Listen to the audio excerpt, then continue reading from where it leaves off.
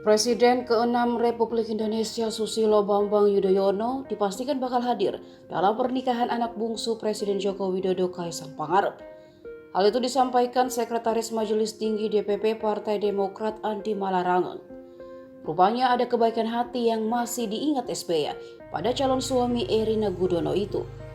Dan alasan kenapa SBY mau hadir di pernikahan yang akan digelar pada Sabtu 10 Desember besok.